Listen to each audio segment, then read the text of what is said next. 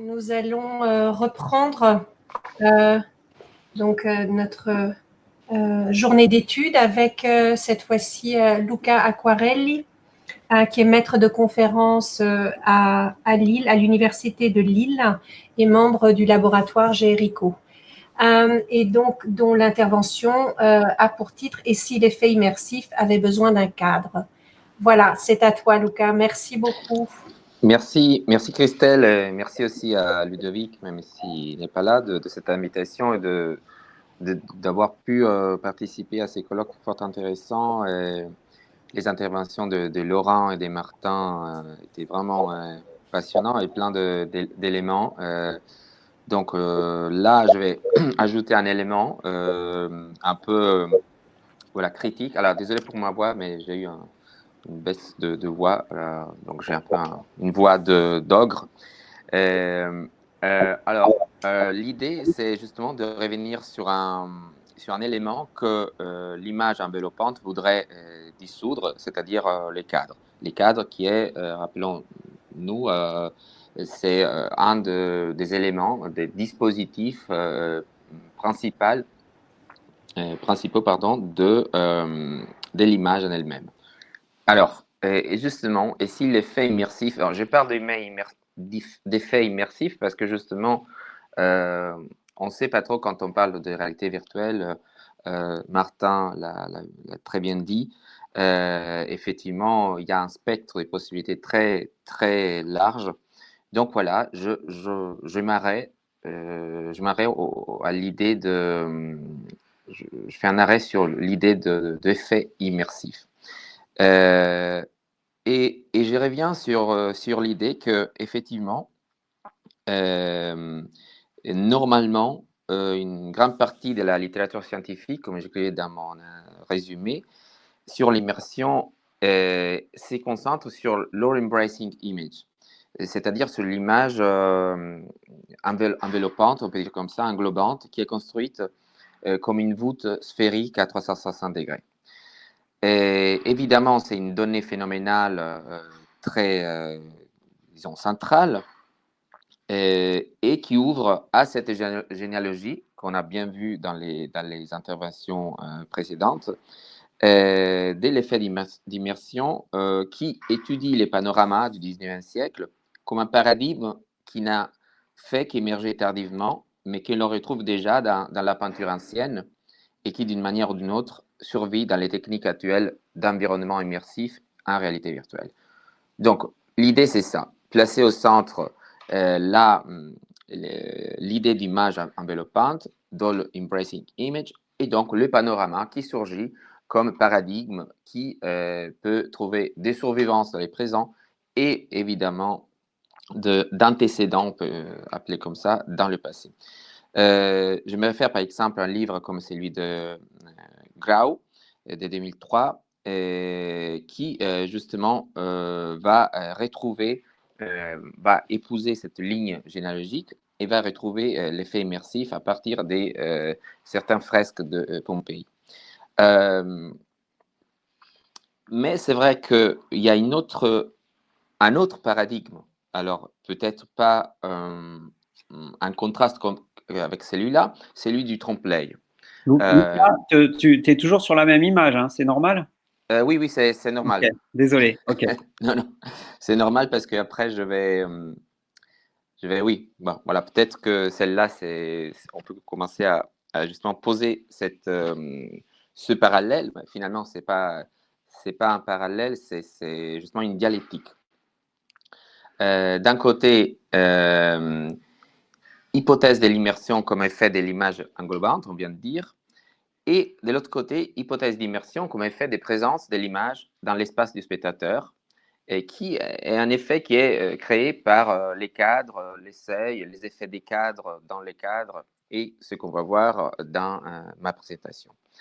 Donc voilà, je voudrais revenir un peu sur cette dialectique, voir un peu s'il y a une problématique à poser, et puis revenir sur certaines dernières réalisations en cinéma à 360 degrés, ou plutôt en réalité virtuelle, on va voir. Donc, je je prends certains passages du livre de Grau, Virtual Art from Illusion to Immersion, qui dit, qui je crois que vous connaissez très bien, in the present as in the past, in most cases, immersion is mentally absorbing, and the process, a change, a passage from one mental state to another. It is characterized by diminishing critical distance to what is shown and increasing emotional involvement in what is happening.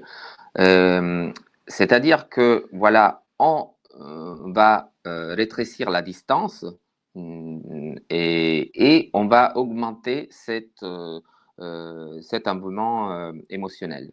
Alors, c'est évidemment un peu une rhétorique, mais c'est vrai que la question de la diminution de la distance vis-à-vis d'une image a été posée depuis le début de l'histoire de la peinture. Donc, peut-être il y a quelque chose là qui n'a pas seulement à voir avec les images enveloppantes, mais aussi avec l'image, tout simplement l'image encadrée, ou on peut dire aussi l'image après écran du cinéma. C'est Oliver Grau lui-même qui fait justement il partage un peu les choses, et d'un côté il y a le Virtual Immersive Spaces give form to the all-embracing ambitions of the media makers, and they offer the observers, particularly through their totality, the option of fusing with the image medium, which affects sensory impressions and awareness. This is a great difference from the non-hermetic effects of illusionistic painting, such as trompe-l'œil, where the medium is really recognizable. C'est-à-dire, voilà, que quand il y a le trompe-l'œil, on reconnaît les médiums. Donc, effectivement, on le reconnaît parce que le trompe-l'œil agit sur les dispositifs de l'image, c'est-à-dire à partir du cadre. On joue sur les cadres et sur les seuils internes recréés par la figuration de l'image. Et donc, on est bien conscient du cadre face au trompe-l'œil, alors que dans l'image enveloppante, les cadres voudraient disparaître. Donc voilà, je me demande si ce partage est à niveau analytique, il est bon ou pas. À mon avis, il n'est pas bon. Et donc, il faut plutôt faire une dialectique. Par exemple, voilà, donc, enfin, les principes qui animent ce volume de Grau, c'est d'un côté, il y a l'espace de l'illusion, et de l'autre côté, la présence et l'immersion. Et donc, tout cela fonctionne parce que, justement, on va retrouver une archéologie du panorama et de l'illusion à 360 degrés. Un des premiers exemples qu'il trouve, je trouve à forte raison, c'est les tricliniums de la Villa des Mystères à Pompéi. L'idée, c'est justement qu'il y a là une image enveloppante, et le spectateur est enveloppé par une image qui se déroule comme une scène, une action autour de lui, et donc il est justement englobé par cette image, et il y a effet d'immersion. Alors oui, sans doute, mais l'effet d'immersion, à mon avis, est donné autant par l'idée, le phénomène physique de l'image enveloppante qui se développe tout autour du spectateur, mais de l'autre côté, parce que dans cette image, il y a ce que les peintres, déjà à l'époque, utilisaient comme stratagème pour justement créer cette confusion entre l'espace de l'image et l'espace du spectateur. Et donc, si on regarde bien, les sols sur lesquels reposent les personnages, représentés en perspective, devient le lieu où calibrer la limite entre l'espace de l'image et l'espace du spectateur, avec des effets d'empiétement de l'un sur l'autre. Empiétement, mais aussi moyen d'inclure les sujets qui regardent. Ces éléments figuratifs sont les lieux où les détachements entre les spectateurs et l'image, quand on dit, voilà, c'est une image, on a cet effet de détachement, en sémiotique, on appelle ça débrayage, mais bon, je ne vais pas entrer dans ces jargons un peu tordus. Donc, les éléments figuratifs sont les lieux où le détachement entre les spectateurs et l'image est rompu sous l'effet d'une présence inattendue. Dans les vertiges de cette présence, ces éléments se distinguent du reste de l'image, qui finit par constituer les fonds. Donc, vous voyez bien là que cette figure féminine empiète sur le socle qui n'est autre qu'un cadre redoublé dans l'image. Et pareil, là, on a cette danse qui, justement, donne l'impression que le mouvement de la danseuse sort de l'image. Mais justement parce qu'on a un socle, un cadre redoublé dans le cadre. Donc, il faut souligner un élément important. Une des façons de simuler les effets de présence utilise exactement l'élément que l'image enveloppante voudrait éliminer. Le cadre, plus précisément un redoublement du cadre à l'intérieur du périmètre de l'image, donne cette possibilité de justement créer un effet d'immersion. Pareil, autre exemple qui prend Grau, la Villa Livia, la fresque du nymphée souterrain. Et donc, on voit très bien qu'on a là aussi une image enveloppante qui se développe tout autour du spectateur, mais c'est à partir justement de ces effets qui sont les oiseaux qui s'appuient sur ce trompe-l'œil de cette barrière, ou encore la petite cage aux oiseaux qui est posée sur ces petits murs.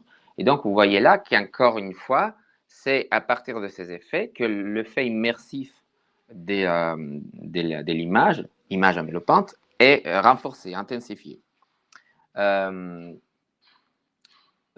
Et voilà, là aussi qu'on est face à la salle de perspective qui est vraiment le sommet du trompe-l'œil. On voit bien que d'un côté, il y a l'image enveloppante, mais l'effet justement de suspension de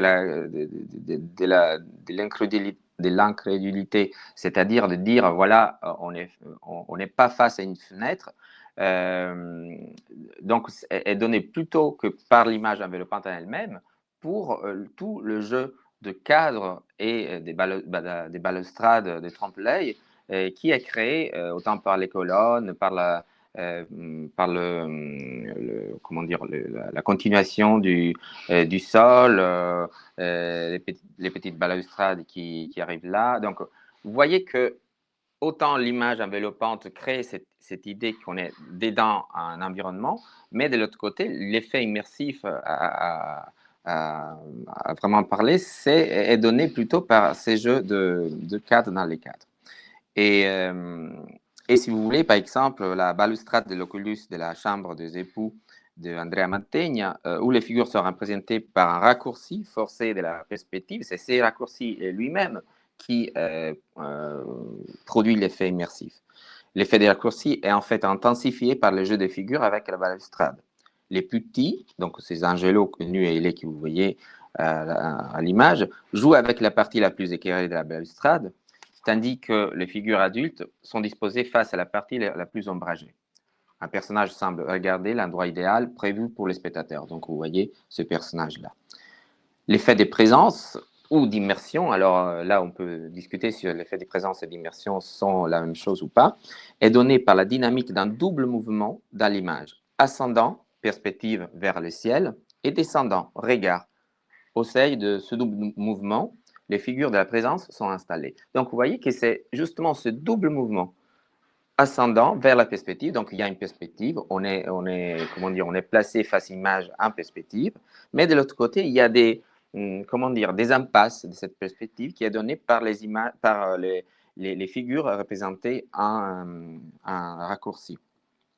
Et on peut voir la même chose dans les plafonds baroques voilà, j'ai choisi évidemment le plus baroque des plafonds baroques, celui d'Andrea Pozzo, le plafond de l'église Saint-Ignace de Loyola, où cet effet de la quadratura, c'est-à-dire qu'on a évidemment la perspective, mais on a aussi un retour vers l'espace terrestre. Et cette fresque joue sur le double mouvement d'attraction et de projection que l'image effectue dans sa perspective vertigineuse et raccourcie. L'architecture en trompe-l'œil à travers une série de colonnes, de parapets et d'arcs qui prolongent l'architecture de maçonnerie, capte et attire les regards vers le haut, magnifiant la figure centrale de Saint Ignace, enveloppée d'une lumière éblouissante. Mais toute une série de personnages placés au seuil de cette architecture semble faire obstacle à cette ascension, rappelant notre espace terrestre. L'hypothèse donc que je vous soumets est que, au-delà de la grandeur de la scène qui se trouve au-dessus du croyant, ce sont encore une fois des mécanismes de seuil qui induisent le double mouvement d'attraction-projection, comme si ces impasses qui jaillissent dans les espaces du cadre, obstacles à l'ascension vers la dimension céleste, constituaient les véritables noyaux d'une confusion de frontières entre l'espace du spectateur et l'espace de l'image. Et donc, si on peut parler avant la lettre de ce sentiment océanique qui parfois est évoqué aujourd'hui dans les expériences de réalité virtuelle, c'est justement que ce sentiment océanique, qui est un sentiment qui était théorisé par Freud, qui en avait surtout envers de nous-mêmes quand on se touche. On se touche une main, on a un sentiment océanique d'être voilà, dans une réalité qui nous englobe, ou peut-être dans l'amour ou dans la religion, disait Freud. Donc, voilà, ce sentiment océanique ou ce sentiment pseudo-océanique, on peut justement parler de ces sentiments en regardant les plafonds baroques, en considérant que c'est précisément la duplication et l'indication de ce qui est censé être éliminé, les frontières entre les espaces et leur avatar, parce que voilà, on a des avatars ou des délégués du spectateur, on peut dire, comme les cadres et les seuils, qui constituent les temps suspendus qui permet d'avoir cet effet immersif. Et à l'époque baroque, on retrouve la même stratégie dans des peintures de dimensions plutôt réduites qui présentent des images d'une réalisation plus intime.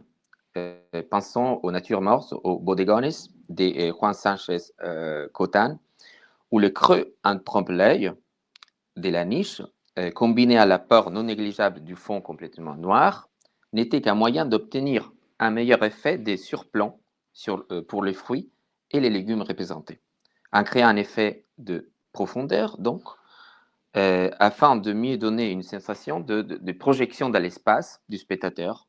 Les cadres, en trompe-l'œil, nous offrent l'exemple de cette suspension de mouvements opposés. Donc voilà, l'effet immersif, finalement, est donné, disons, une stratégie qui donne l'effet immersif, au-delà de l'image enveloppante, c'est créer ce double mouvement de perspective et d'obstacle à la perspective, en quelque sorte, et qui crée l'effet des surplombs. Et voilà, donc sur des images qu'on peut y revenir après dans la discussion, où justement Victor Stoikit, dans l'instauration du tableau, je crois, un livre très important pour les effets de présence de l'image, des tableaux où il y a un renversement entre l'histoire centrale qui doit être racontée par le tableau, c'est-à-dire l'histoire sacrée, le Christ à la maison chez Martha et Marie, et ben, les détails prennent le premier plan, mais il y a surtout ce jaillissement, cette explosion de la viande coupée, qui est dit de façon très intéressante, je trouve. Stoikitsa, c'est une anti-image. Le fond a un caractère sacré et utilise les caractéristiques traditionnelles de la peinture. Le premier plan, en revanche, est une anti-image. Il présente un hors-texte, des caractères profanes, faisant appel aux moyens d'un autre art. C'est intéressant donc de presque penser l'image qui fait présence, qui sort du tableau et que, en quelque sorte, va terminer sur l'espace du spectateur comme une anti-image. Et donc, l'image qui est à la lisière entre l'espace du spectateur et de l'image elle-même, c'est finalement une anti-image et qui fait appel aux moyens d'un autre art. C'est, je crois, une affirmation qui donne à penser et à réfléchir. Je vais peut-être plus vite parce que voilà, je vais rester dans le temps. Donc, vous voyez qu'on peut vraiment voyager l'histoire de la peinture et trouver des milliers et des milliers de cas de justement d'effets de présence qui sont donnés par avec la reproduction de socles dans les socles et sur des socles dans les cadres et sur ce socle-là jouer avec des objets plus ou moins excentriques comme le faisait Carlo Crivelli. D'ailleurs, Carlo Crivelli, je n'ai pas l'image ici, mais avait l'usage de mettre des objets, d'attacher des objets sur le tableau, sur la surface des tableaux, justement pour créer un effet de présence et de présence tactile, comme par exemple, on peut juste penser que ce que nous a montré Martin sur le peintre qui reprenait la photo pour être plus réaliste, mais qui ajoutait aussi après des silhouettes et des objets, en gros, sont vraiment les mêmes stratégies pour donner cet effet de présence, au-delà de l'idée de l'image enveloppante ou pas. Et les annonciations sont des cas très intéressants pour voilà, le retour de l'image sur l'espace du spectateur. Peut-être celle qui est la plus intéressante est l'annonciation d'Antonio da Messina, mais bon, on n'a peut-être pas trop le temps d'aller dans l'analyse, mais je voudrais dire qu'encore une fois, là aussi c'est un exemple apporté par Oliver Grau, et voilà, le Sacromonte di Gaudenzio Ferrari sont bien des images enveloppantes qui sont à moitié des images, une reproduction en statue de la Passion, dans ce cas-là, et derrière une prolongation de cet environnement en peinture. Mais on voit bien que là aussi, il y a des éléments importants comme cette dame qui montre la scène à l'enfant, c'est finalement des délégués du spectateur. C'est un stratagème utilisé souvent par la peinture ou par les reenactments. En gros, c'est un peu un reenactment, la reproduction, c'est-à-dire c'est des éléments intermédiaires entre ce qu'on voit et notre condition à nous de spectateurs. Et donc, c'est sur ce seuil et sur ce disons, éléments de lisière, des frontières qui se fait l'effet immersif.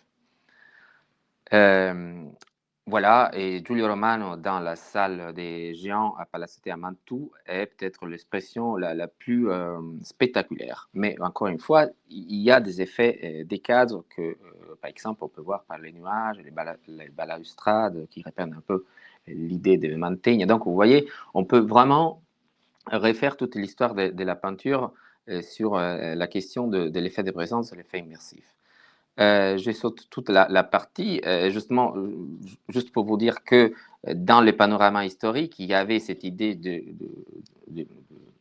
d'éliminer le cadre, parce qu'il y avait bien un cadre, c'est-à-dire les cadres supérieurs et inférieurs de l'image. Et donc, on avait, surtout pour les cadres inférieurs, on avait trouvé ce stratagème des faux terrains. Et donc, c'était un stratagème justement théâtral, parce que comme on le rappelait Laurent, la réalité virtuelle, disons, l'effet immersif a beaucoup à voir avec le théâtre et un peu moins avec le cinéma. J'ai sauté toute cette partie sur les panoramas, évidemment. Et voilà, si Louis Marin nous disait justement que quand on représente on présente quelque chose, on présente représentant quelque chose, c'est-à-dire qu'il y a toujours cette double dimension d'opacité et de transparence. Et donc, si vous voulez, je vais vite, mais on a cette double dimension d'un côté représentation, c'est-à-dire on regarde quelque chose. Pourquoi? Parce qu'on prend une distance par rapport à ce quelque chose et on arrive à dire voilà, c'est une image et donc à la voir. Mais de l'autre côté, il y a toujours un retour, quoique le plus infime possible, mais il y a toujours un retour de l'image envers l'espace du spectateur. Et c'est la partie de réflexivité, on peut dire comme ça, de l'image. Et c'est Louis Marin qui nous, justement, nous faisait faire attention au dispositif de présentation, c'est-à-dire de ce retour réflexif de l'image sur les spectateurs, qui sont les fonds, les plans et les cadres. Là, je vais juste me retenir une idée sur les cadres. Vous voyez que dans l'histoire du rat, cette tapisserie de Charles Lebrun, c'est justement le point de dialogue avec les spectateurs, c'est donné par le paysan qui est représenté à marge de la tapisserie, donc près du bord droit. Et donc, vous voyez que c'est lui qui nous donne la manière de voir Louis XIV. Et donc, si on veut adhérer parfaitement à cette image, on doit prendre, si vous voulez, la posture de l'admiration de ce paysan. Et donc, vous voyez que finalement, Louis Marin appellera ces éléments la figure pathétique d'encadrement. Mais c'est-à-dire, c'est encore une fois une figure qui redouble en quelque sorte les cadres et qui est la figure qui déclenche le dialogue entre l'image et le spectateur et en quelque sorte qui fait présence de l'image dans l'espace du spectateur. Tout cela pour venir à une conclusion, parce qu'il n'y a pas trop de temps. Donc là, il y a toute une partie.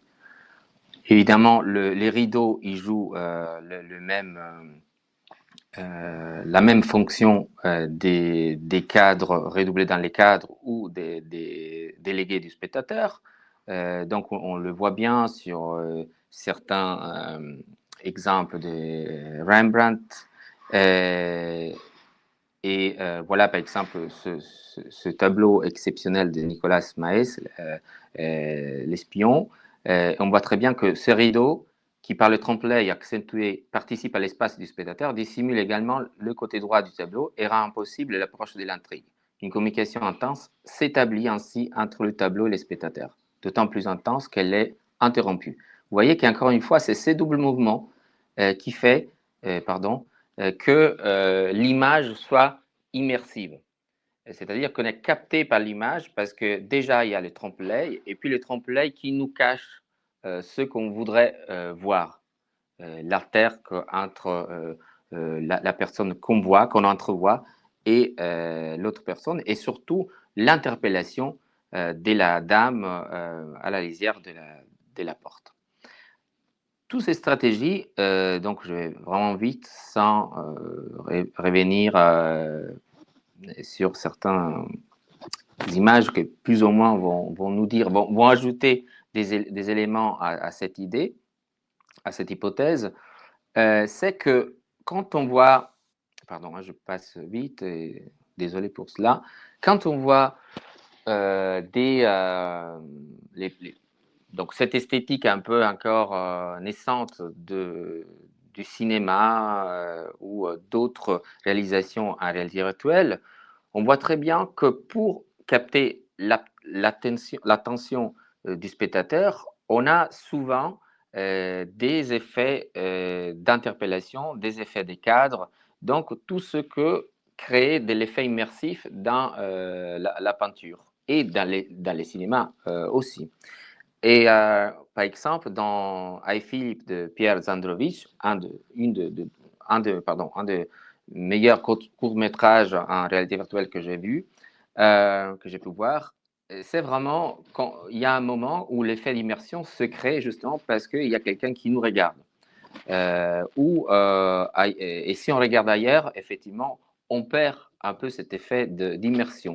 Et surtout, on perd l'attention à la narration de l'intrigue du court-métrage.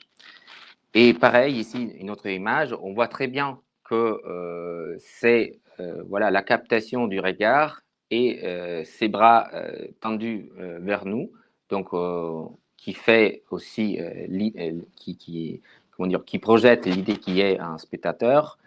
Parce que si on regarde ailleurs, donc là, c'est un peu le cadre privilégié, et si on regarde ailleurs, on n'a pas du tout cette impression de l'effet d'immersion. On est plutôt face à un tableau de paysage. C'est vrai qu'on bouge et on retrouve la continuité de l'espace, mais à côté, il y a des effets d'immersion qui sont donnés par des effets des cadres et d'interpellation qui sont voilà, des stratégies très, très connues.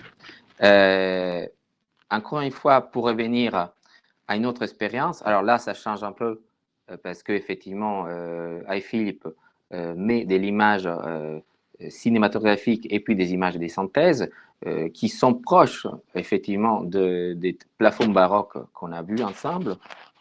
Mais on peut dire que s'il y a un nouveau, comment dire, une nouvelle donnée dans les expériences des réalités virtuelles, ce large spectre d'expériences, on peut considérer en fait que ce qui était le cadre, c'est les images encadrées, les tableaux ou les cinémas, bien que Bazin fait une différence très intéressante entre le cadre du tableau et le cadre de l'écran cinématographique.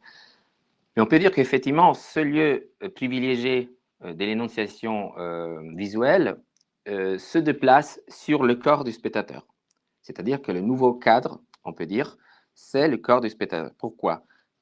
Parce que effectivement, c'est la possibilité de traduire les mouvements des têtes, des mains, du corps, etc., etc., dans le mouvement de l'image, de la voûte sphérique qui est autour de nous, qui fait qu'évidemment, là aussi, il y a une étape intermédiaire entre l'espace du spectateur et l'espace de l'image. Et tout cela était très visible dans l'expérience Carnet y Arena. Je ne sais pas si quelqu'un de vous a pu faire cette expérience qui n'était pas trop démocratique, dans le sens qu'on pouvait la faire seulement dans des endroits précis et peu de fois, disons, dans les dernières années. Et puis l'expérience a disparu. Donc on ne peut même pas prendre des images, il n'y a même pas une vision possible sur Internet. Et là, l'idée, justement, c'était de parcourir un espace et avoir donc une sensation de réalité virtuelle plus intense, même si on était, encore une fois, pas trop dans l'interactivité. Et justement, on se sentait aspiré par quelque chose qui finalement nous excluait. C'est-à-dire que en tant que spectateur, nous nous jetons sur la scène parce que nous voulons à tout prix en devenir le sujet. C'est parfois le cas des expériences en réalité virtuelle. Mais en réalité, nous sommes exclus comme si une frontière invisible et intangible, un bord transparent et repoussant, nous tenait toujours à l'écart de l'environnement immersif. Et donc, afin d'arrêter cette dialectique irréconciliable, qui était même dans le titre de Carnet Arena, c'est-à-dire le sous-titre était Virtually Present, Physically Invisible. C'est l'histoire de reproduire la sensation d'être dans le désert où il y a des migrants qui passent. Donc, il y a un enjeu politique très fort, mais ça, on va laisser à côté pour l'instant. La bulle immersive semble recourir à la vieille stratégie des énonciations énoncées, c'est-à-dire notre ombre qui apparaît fugitivement sur la texture des images, ou les regards et les fusils du gendarme pointés dans notre direction, écho d'une véritable trouvaille du cinéma d'attraction de début. Donc, vous voyez qu'encore une fois, pour vraiment exploser l'effet d'immersion, on retrouve ici j'ai appelé les stratégies d'énonciation énoncée, c'est-à-dire que cette réflexivité de l'image est mise en scène, en quelque sorte, est mise en scène. Donc, voilà, et je vais conclure. Un phénomène présent dans la nature même du spectateur semble donc s'intensifier. La scission entre le spectateur immergé dans l'environnement et le spectateur qui se voit construit comme tel, des instances avec deux positions énonciatives co-impliquées et en même temps parallèles. C'est-à-dire que effectivement, il y a une intensification d'un phénomène qu'on voit déjà face à une image quelconque. Donc, il y a les spectateurs immergés dans l'image et comme un spectateur, un double jeu qui voit le jeu spectateur en train de s'immerger dans l'image, en train comment dire, de pressentir l'effet de présence et l'effet d'immersion de l'image. Tout cela amène évidemment à cette intensification amène la divergence entre les schémas corporels, la proprioception et les diagrammes qui traduisent la trame complexe des non-mouvements et en information pour l'appareil par le biais des systèmes de captation, est la donnée qui a fait le plus ces glissements entre les deux positions énonciatives. Mais voilà, l'idée que je vais retenir, outre que la dialectique, l'hypothèse qu'il faut tenir ensemble la dialectique entre l'image enveloppante et les effets des cadres, qui produit l'effet des présences et d'immersion. Il faut aussi retenir une autre hypothèse que justement la prégnance du cadre de l'image picturale ou cinématographique est déplacée à ce qu'on peut appeler l'installation corporelle du spectateur, du fauteuil pivotant aux plateformes de simulation de mouvement, comme le tapis roulant, etc. etc. Et donc, la membrane intermédiaire entre le spectateur et l'image, et donc les capacités de captation insérées dans le viseur ou dans d'autres dispositifs. Et donc, voilà, dépasser la problématique du cadre, comme était envisagé dans la peinture et aussi dans le cinéma, c'est-à-dire dans l'image à cadre, bien que, voilà, là aussi, il faut voilà, faire des différences.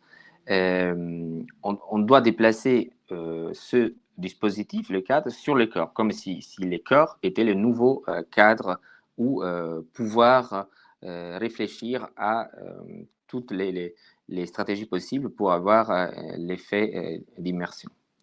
Et voilà, c'est une chose qui nous amène à sortir de l'idée que l'effet d'immersion appartiennent exclusivement à l'image enveloppante et on pourrait plutôt parler des qualités environnementales de l'image.